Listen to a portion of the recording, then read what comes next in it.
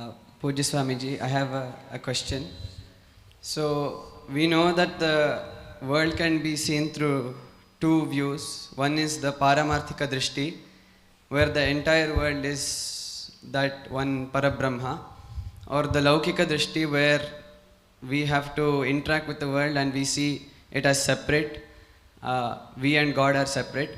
But my question is, why does this duality arise?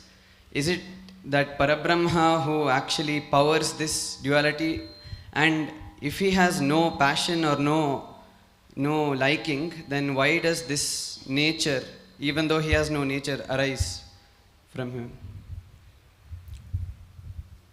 Eko ham bahusyamah.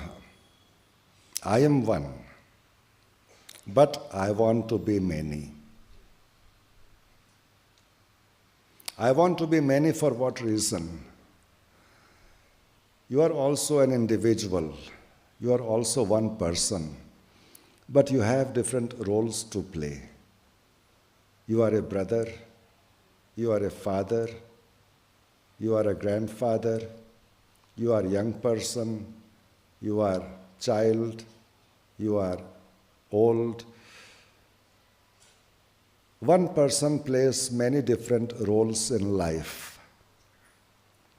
But we are subject to Kala, time. God is not subject to Kala. He is beyond time. And for him, playing different roles is a Leela, what is known as the divine play. And in this Leela, it is self-entertainment, ekoham. It is entertainment. When you are alone, what will you do? You will try something to entertain yourself, right? So when God is there as a singular entity, will he just sit quietly for ages and yugas doing nothing? Or will he also entertain himself? And that entertainment, self-entertainment, is known as Leela. Otherwise is Sarvagya, Sarvashaktiman, Sarvavyapi. But he does this Leela, and he takes many, many forms. And each form has a role to perform. The Brahmi form is the ultimate, but the Laukic form is the form which has to realize its Brahmic form. Just as you as father children. And ultimately, you may desire that my child should become an engineer or a doctor. And child makes the effort to become the engineer or the doctor or the scientist. When child becomes that, who is most happy?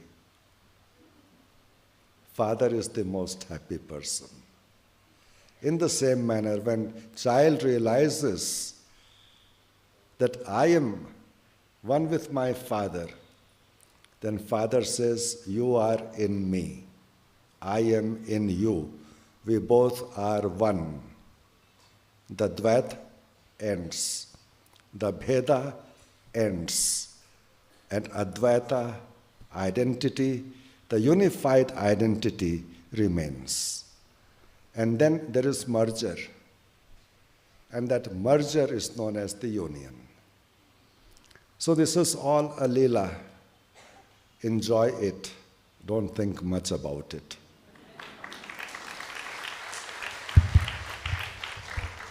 Pranamam Swamiji, thank you very much for the excellent speech, and it was really nice. I could connect very well. But one thing, I have two questions which are connected. One is for a Gruhastha like me, like for a Sannyasin it is different, but for a Gruhastha like me, how do I really bring this into practice? I'm trying to do that, I'm pursuing my MSc in yoga in Swami Vivekananda Yoga Anusandhana Samsthana right now. But the thing is, while working for an MNC, which is very hectic job, and also following this, it has been difficult for me. But I'm trying to do my best, especially studying the scriptures and start implementing that and manifesting those things. So it has been tough. And how do I do that as a Grihastha while not really losing out on what I am doing? That is the first question. Second question is on the Vedanta study. As you said, you stopped doing that. But somewhere like studying these scriptures made me realize, how do I look inside? Or how do I self-observe? How do I do that Swahadhyaya? So without that, I wouldn't have been sitting here and understanding what you are telling. Like let's say a few years back, I wouldn't have understood what you are saying. So I feel that is like a manual or handbook to understand how do I look inside, or look, or self-observe, or self-study. So I think these are the related questions. Very good. When you are associated with a guru, you don't need to study, because it is the guidance of the guru, the inspiration of the guru, and the life of the guru which carries you forward. If you are observant enough. After all, Ekalavya was not accepted as a disciple by Dronacharya. But Ekalavya accepted Dronacharya as his guru. And he developed a connection with him. And he became the best archer. So best archer that even Dronacharya did not know that Ekalavya existed. Because Ekalavya identified with the guru element and lived that inspiration. And those people who do not have guru, for them scripture is the guru, is the guide. But you are in the presence of His Holiness Shankar Bharati Mahaswamiji, and you should be able to derive inspiration from his life and from his teachings to understand and realize what Vedanta is. And for those who do not have a guru, for them scripture becomes the lead. But they will also create questions, because you are not that elevated to understand every sentence and every idea. A child who is studying in 4th and 5th class cannot understand atomic science. You have to wait. You can't say that I want to understand atomic science although I'm in 4th class. No. You can study it, but the experience will be given to you by the teacher who has studied the subject and who can guide you many years in future down the line. So there is the waiting game also. And what type of sadhana you could do?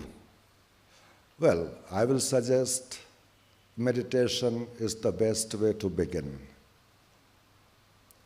And there are different meditations which help you understand the nature of mind. So start with that rather than high meditations like Vedantic meditations. You have to start with the basic ABCD before you learn to understand the complex sentences. And meditation will definitely help. As far as your yoga is concerned, yes, you can study yoga in university, but they only teach mixed yoga. A teacher of a university is not a yogi. I'm being very clear and frank, whether people like it or not.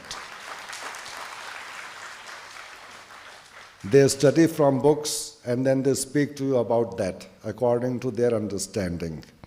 They are not yogis, they are not sadhaks.